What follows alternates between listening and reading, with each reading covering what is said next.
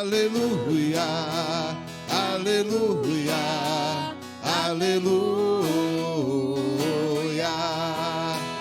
aleluia, aleluia, aleluia.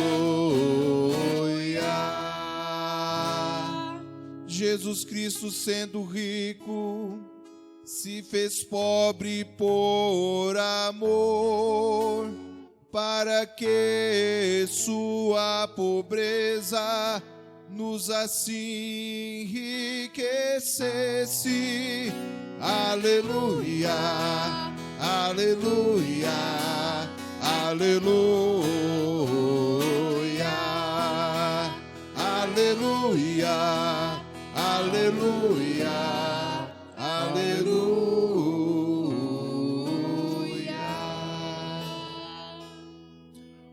O Senhor esteja convosco. Ele está no meio de nós. Proclamação do Evangelho de Jesus Cristo, segundo Lucas. Glória a vós, Senhor. Naquele tempo, Jesus dizia aos discípulos: um homem rico tinha um administrador, que foi acusado de esbanjar os seus bens. Ele o chamou e lhe disse: que é isto que ouço a teu respeito? Presta contas da tua administração, pois já não podes mais administrar meus bens. O administrador então começou a refletir: o Senhor vai me tirar a administração. O que vou fazer? Para cavar não tenho forças, de mendigar tenho vergonha. Ah, já sei o que fazer, para que alguém me receba em sua casa quando eu for afastado da administração. Então ele chamou cada um dos que estavam devendo ao seu patrão e perguntou ao primeiro: quanto deves ao meu patrão? Ele respondeu: 100 barris de óleo. O administrador disse: pega a tua conta, senta-te depressa e escreve 50. Depois ele perguntou ao outro: e tu quanto deves? Ele respondeu: 100 medidas de trigo. O administrador disse: pega a tua conta e escreve 80. E o Senhor elogiou o administrador desonesto, porque ele agiu com esperteza. Com efeito, os filhos deste mundo são mais espertos em seus negócios do que os filhos da luz. Eu vos digo: usai o dinheiro injusto para fazer amigos, pois quando acabar, eles vos receberão nas moradas eternas. Quem é fiel nas pequenas coisas também é fiel nas grandes, e quem é injusto nas pequenas também é injusto nas grandes. Por isso, se vós não sois fiéis no uso do dinheiro injusto, quem vos confiará o verdadeiro bem? E se não sois fiéis no que é dos outros, quem vos dará aquilo que é vosso? Ninguém pode servir a 2 senhores, porque ou odiará um e amará o outro, ou se apegará a um e desprezará o outro. Vós não podeis servir a Deus e ao dinheiro. Palavra da salvação. Glória a vós, Senhor.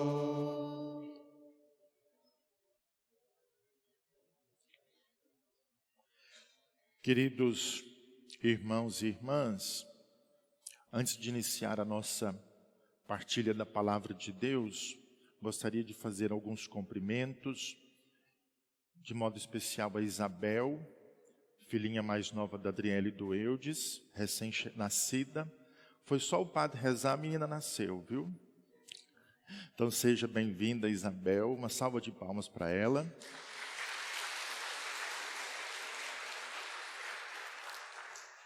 Também cumprimentar o seu Valmis, que hoje veio participar conosco, depois de um tempo de enfermidade, de afastamento em casa.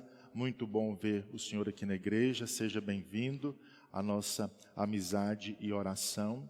E também as famílias que vieram celebrar o 7º dia de seus familiares, também a nossa oração a todos vocês e que a palavra de Deus os conforte. A palavra de Deus hoje, meus irmãos, neste domingo, nos apresenta alguns temas muito oportunos para a nossa vida e para o tempo que nós vivemos.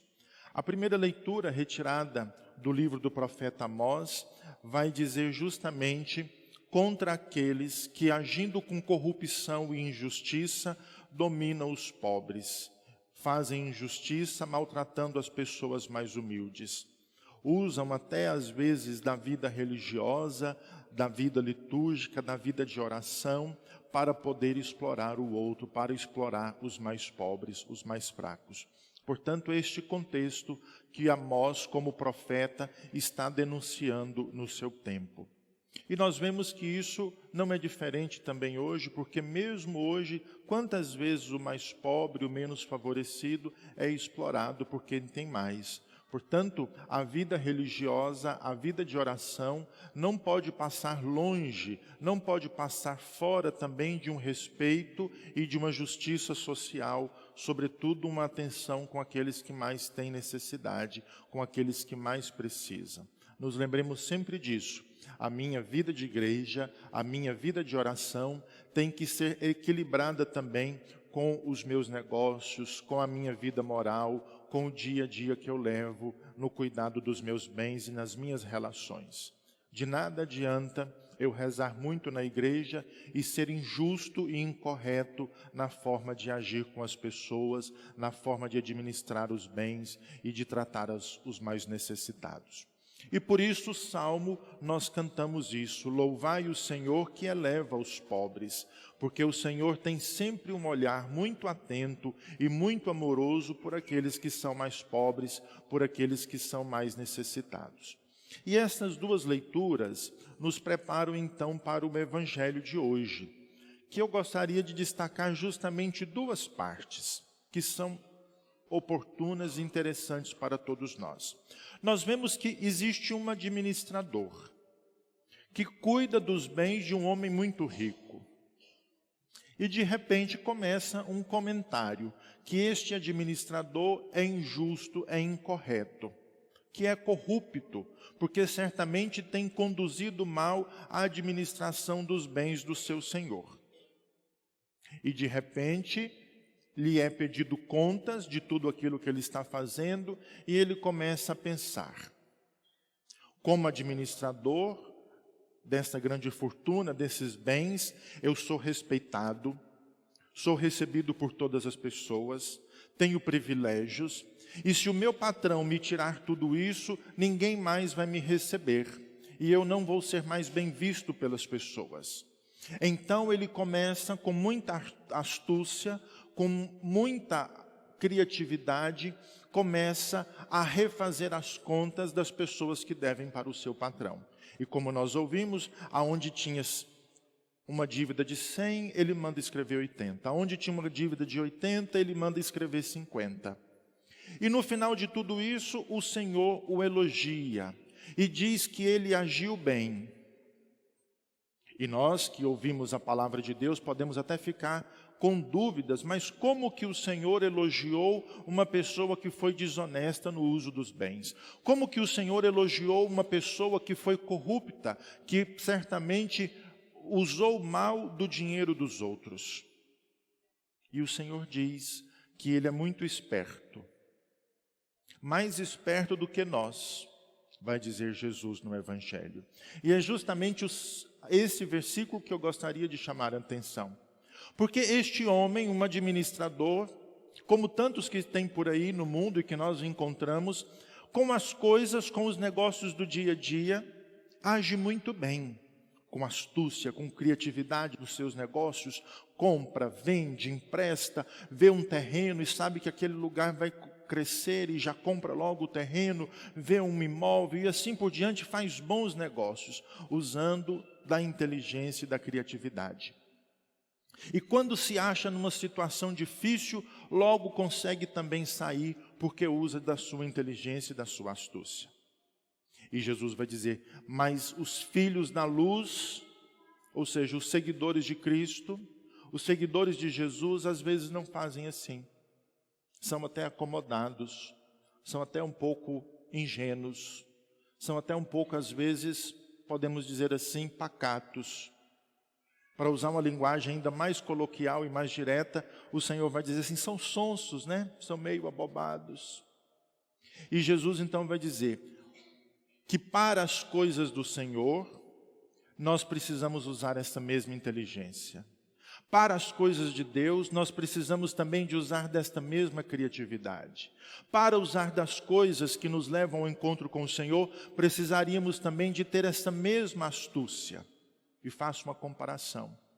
Às vezes, para nós prepararmos um encontro, uma festa, ou às vezes para o nosso trabalho do dia a dia, não nos falta força e criatividade hora nenhuma. Não nos falta, às vezes, influência de chamar um amigo para nos ajudar. Não nos falta empenho para fazer as coisas aí do dia a dia. Mas quando se trata da vida de igreja, de ir à missa, de rezar, de participar das coisas das pastorais, tem gente que é uma lerdeza danada, né? Uma falta de empenho, uma falta de vontade, uma falta de criatividade. É justamente sobre esse ponto que o Evangelho está falando, que às vezes para as coisas do mundo, para os nossos negócios, para aquilo que nos faz bem, nós criamos e somos muito inteligentes e fazemos coisas muito boas. Mas para a nossa fé, para a nossa vida com Deus, para a nossa relação da vida da igreja, às vezes nós somos acomodados e lentos. Por isso a leitura está chamando a atenção justamente isso. Também para as coisas de Deus, também para as coisas da fé, também para as coisas da vida da igreja, nós precisamos de muita inteligência, de criatividade, de muito empenho, de muita dedicação. Pensemos então, meus irmãos, sobre esse ponto. Depois a leitura continua a discorrer e o Senhor Jesus vai dizer que este homem, usando um dinheiro desonesto, um dinheiro que era fruto talvez de uma certa corrupção e de um certo desvio, preparou para ele uma rede de pessoas que o acolheriam bem. Ele vai perder o cargo, vai perder a função, mas mesmo assim vai ter pessoas que o recebem sempre. E então Jesus começa a entrar no uso do dinheiro e falar da fidelidade nas coisas pequenas e grandes, nas coisas justas e injustas. E conclui o Evangelho justamente dizendo, ninguém pode servir a dois senhores, ou ama um ou ama outro. E isso nós sabemos muito bem. O nosso coração não pode ser ocupado por duas pessoas. Tem gente por aí que ama até duas pessoas, até três, de uma vez só, né? Mas não é o normal. Mas o Senhor está dizendo, na vida de fé, na nossa relação com Deus, não pode ter uma concorrência, não pode ter uma outra coisa que tira a nossa atenção. E quando fala do dinheiro, o Senhor Jesus está falando justamente porque o dinheiro, os bens, a capacidade de comprar, o poder de ter as coisas, é algo que nos atrai muito e tira a nossa atenção de Deus. Tira o nosso olhar das coisas de Deus. Nós ficamos, podemos dizer assim, meio que maravilhados ou meio que entorpecidos e queremos sempre comprar e ter as coisas e possuir mais e ajuntar mais e consumir. E com isso o nosso coração se desvia das coisas de Deus, se desvia do Senhor. E nós passamos a adorar e a cultuar os bens e todas as outras coisas. Por isso, Jesus novamente vai chamar a atenção. Aonde está o seu coração? Está nas coisas, nos bens? Tem gente que tem o coração nas coisas, né? A gente tem que falar dos exemplos de casa. Um familiar meu, não vou dizer quem é, ele desmanchou uma cerca. E tinha umas lascas de aroeira muito boas em tudo. E ao invés de doar para alguém, ou fazer uma fogueira de São João, qualquer outra coisa assim, a madeira está guardada tem 12 anos. E ele diz, vai acabar por aí, porque eu não vou dar para ninguém. Às vezes nós somos assim, Colocamos o nosso coração nessas coisas, né? Ficamos apegados nas coisas, não sabemos partilhar, não sabemos dividir, não sabemos fazer um outro uso dos bens que nós temos. Ficamos apegados. E quando eu falo dos bens, é justamente por isso. Nós ficamos apegados ao carro, ficamos apegados à casa, ficamos apegados no nosso dinheiro. E quando nós deixamos que isso torne o centro da nossa vida, nós não conseguimos mais acolher a presença de Deus entre nós. Ficamos meio que bloqueados para acolher a presença do Senhor. Então o Evangelho, meus irmãos, nos chama a atenção para isso. Qual é o Senhor da minha vida? É Deus, e eu procuro ouvi-lo e segui-lo? Ou eu deixo que as coisas, os bens, o poder, a aparência, as coisas passageiras deste mundo dominem o meu coração? O último ponto, e termino por aqui, a leitura fala de administrar os bens. Um patrão, que podemos fazer a imagem de Deus, e um administrador, que cuida das coisas. E esta imagem, meus irmãos, sempre é a imagem da nossa relação com Deus. Deus é o Senhor, e confia os seus bens, confia os seus tesouros a todos nós. Nós somos os administradores. O Senhor nos confiou a igreja, nos confiou nossa família, nos confiou tantas outras coisas. E um dia, certamente, nós teremos que apresentar a Deus a nossa prestação de contas. Teremos que apresentar também a Ele o balancete da nossa administração. Estou usando uma linguagem muito prática para dizer, um dia também nós, diante de Deus, vamos apresentar a Ele como foi a nossa vida. Como nós cuidamos de tudo aquilo que Ele nos confiou, como nós zelamos de tudo aquilo que Ele nos concedeu. Espero que todos nós possamos apresentar ao Senhor frutos bonitos de tudo aquilo que Ele nos deu. Que não deixemos então que o comodismo, a preguiça ou o desejo do dinheiro tome conta da nossa vida, fazendo de nós maus administradores. Que a palavra do Senhor então ilumine a nossa vida e de toda a igreja.